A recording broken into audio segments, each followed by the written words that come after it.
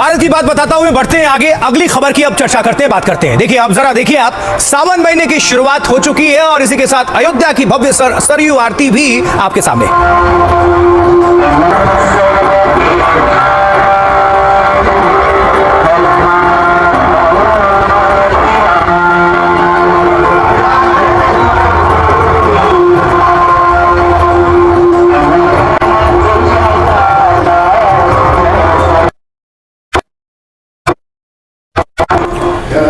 तो चढ़ावा चोरी पर घमासान के बीच मंदिर ट्रस्ट के दिनेंद्र दास ने अयोध्या में पूजा की।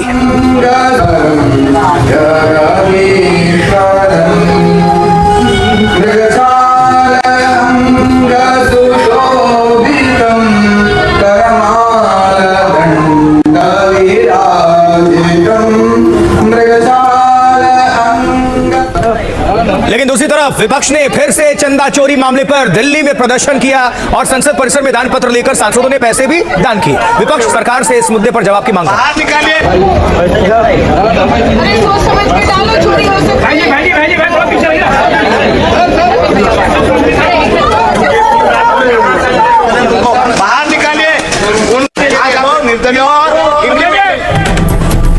तो संसद परिसर से तस्वीरें अभी आप देख रहे थे और समाजवादी पार्टी के जो तमाम सांसद हैं उनकी मौजूदगी, ये सब कुछ आपने देखा, क्योंकि समाजवादी पार्टी जो है इस मौके को हाथ से गंवाना नहीं चाहती। तो लखनऊ में देखिए अब समाजवादी पार्टी कार्यकर्ताओं ने इस मुद्दे पर सरकार को घेरने की कोशिश की।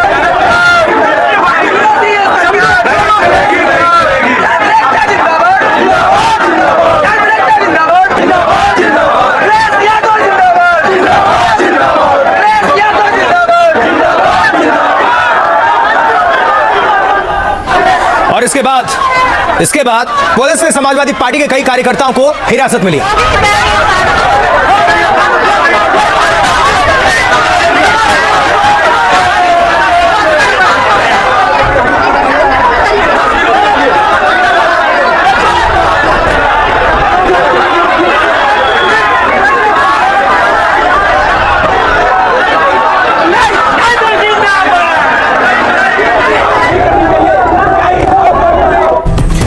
पेपर लीक केस के साथ विपक्ष चढ़ावे चोरी को लेकर भी हमलावर है।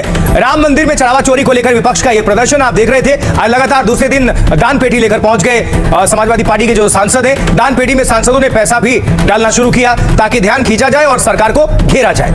मकर द्वार पर सांसदों ने जमकर नारेबाजी भी की, जिसे आपने सुना। पेपर लीक में छात्रों के साथ मारपीट के साथ चढ़ावा चोरी पर यह घेराबंदी है सरकार की। इंडिया गठबंधन इन दोनों मुद्दों पर सरकार को घेरने की तैयारी में है। विपक्ष की मांग, राम मंदिर चढ़ावा चोरी में सरकार बयान दे। समाजवादी पार्टी इस मुद्दे को जोर शोर से उठा रही है। यूपी चुनाव से पहले लखनऊ से दिल्ली तक घेरने की तैयारी है और कल भी अखिलेश और डिंपल यादव ने दान पेटी में पैसा डाला था। अखिलेश यादव ने एसआईटी की जांच पर सवाल उठाया था। अखिलेश ने कहा था कि इसकी निष्पक्षता पर बिल्कुल भरोसा नहीं है। उन्होंने तंज कसते हुए पूछा था कि एसआईटी कौन करेगा। अखिलेश यादव ने एसआईटी को शेयर इन थेफ्ट यानी चोरी में हिस्सा बताया। 2027 चुनाव को लेकर समाजवादी पार्टी यह मुद्दा छोड़ना नहीं चाहती किसी भी हाल में। तो चढ़ावा चोरी मुद्दे पर अखिलेश ने कैसे घेरा और फिर सुधांशु त्रिवेदी ने कैसे पलटवार किया, सुनिए दोनों को। हमारे श्रद्धावान आम जनता का जो अपमान किया इन्होंने, जो आम जनता श्रद्धावान है, प्रभु पे जो चढ़ाया, ये पाप नहीं महापाप है। ये महा अपराध किया भारतीय जनता पार्टी ने और उसकी सजा प्रभु राम तो देंगे ही देंगे, लेकिन प्रभु राम की गरीब जनता भी इस बार इनका जवाब देगी।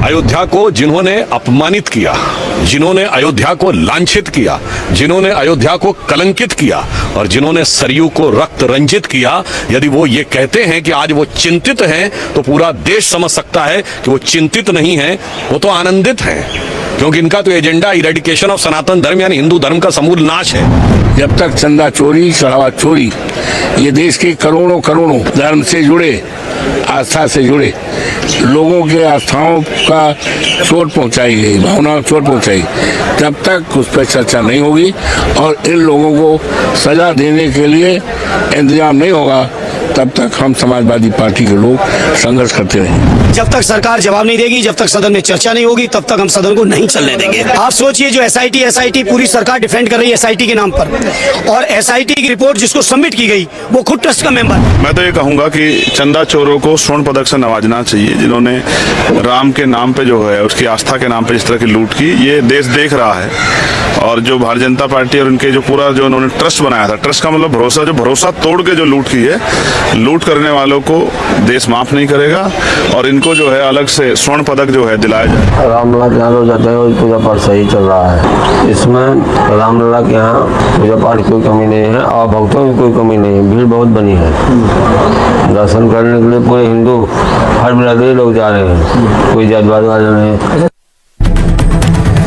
सुन लिया आपने पक्ष और विपक्ष को किस तरह से अपनी अपनी बात अपने अपने हिसाब से रखने की कोशिश हो रही है। आगे बढ़ते हैं, कुछ और खबर, कुछ और डिटेल्स, कुछ और तस्वीर आपके सामने रखते हैं। जैसे ममता बनर्जी, तो ममता के करीबी कल्याण बनर्जी ने आज अनोखे अंदाज में पार्टी के बागी सांसदों का मजाक उड़ाया। ये सुनिए जरा, देखिए। पार्लियामेंट का अंदर में बंगाल का 20 गद्दार मौजूद है। पार्लियामेंट का अंदर में भी बंगाल का 20 गद्दार मौजूद है। यही है 20 गद्दार। तस्वीर देख लो, देशवासी पश्चिम बंगाल का आदमी। कल्याण बनर्जी हमेशा सुर्खियों में रहते हैं, कुछ अलग करने के लिए जाने जाते हैं। खैर, आगे बढ़ते हैं। संसद के बाहर आज दिलचस्प बातचीत की तस्वीर भी कैमरे में कैद हुई। ये बातचीत कल्याण बनर्जी और प्रियंका और पप्पू यादव के बीच चल रही थी। तो क्या हो रहा था उस दौरान, सुनते हैं जरा। आप लोग किसी को तो भगा दिया था, ये बात बोलो। किसी को नहीं भगा दिया, तुम लोग का ऐसा हाल होता। किसी को 97 में भगा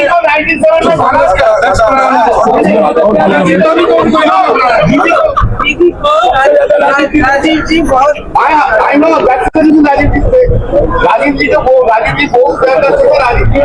को सम्मान दिया और अरे पप्पू सिंह सुनो भाई,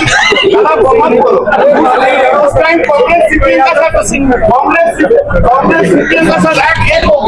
देखिए, पैलेट गन को लेकर सुप्रीम कोर्ट में भी सुनवाई।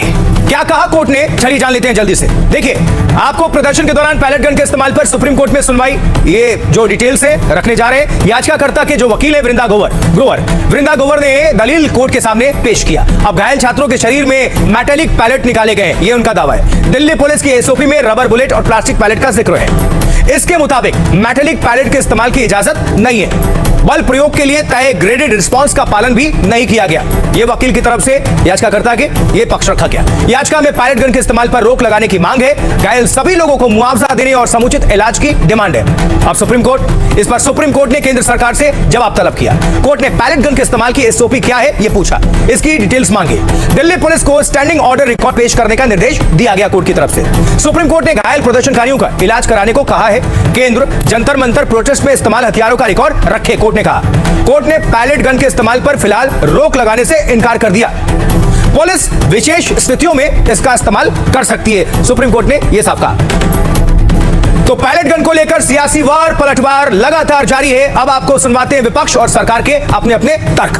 कई बच्चों को आंखों में पैलेट के छर्रे लगे, आंख पे लगे, पीछे लगे। आप सब देखे हैं, सब टीवी में आप बहुत देखते रहते हैं, आप देखे हैं। लेकिन ये देखकर हमको तो शर्म आई, उनको शर्म आया कि नहीं मुझे मालूम।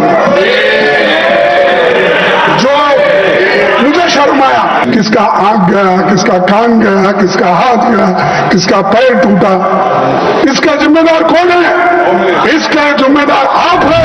मैं खड़गे जी आपसे फिर से विनती करता हूं, इतना सीनियर लीडर आपको ये कांग्रेस का एमपी और कुछ लोग जो हरकत कर रहे हैं, समझाइए, ऐसा मत कीजिए।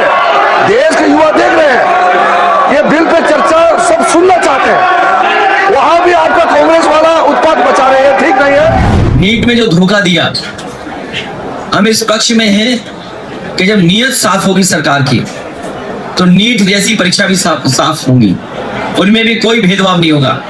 और जब से उत्तर प्रदेश की सरकार भारतीय जनता पार्टी आई है, 20 से ज्यादा पेपर लीक हुए। इतना बड़ा हादसा हो गया, महिलाओं को मारा गया, चोटें आई, अस्पताल में दाखिल है, और फिर और इनके लोग तो कह रहे हैं, भाजपा के लोग, कि ऐसा कोई पैलेट गन चला ही नहीं। और जब साबित हो गया कि हाँ चला है, फिर भी गृह मंत्री जी को कहा। फिर कुछ लोग कह दिया ये तो एसडीएम का कहा हुआ था। अरे भाई, एसडीएम ने कहा हुआ तो इनको बोलना चाहिए ना कि एसडीएम ने गलत किया, एसडीएम को सस्पेंड करो, करना चाहिए ना। इन्होंने वो भी नहीं किया, ऑब्वियसली इनकी सहमति। ये जंतर मंतर पर सबको मालूम है क्या हो गया, किससे आदेश से आंदोलक जो है बच्चे, उनके ऊपर वो पैलेट गन चली, पूरा रिकॉर्ड है संसद मार्ग पुलिस स्टेशन पर, पीछे से गोलियां चला। दिल्ली पुलिस की इसके अंदर है। अगर वो लाठियां जिसपे कील लगी हुई थी उसका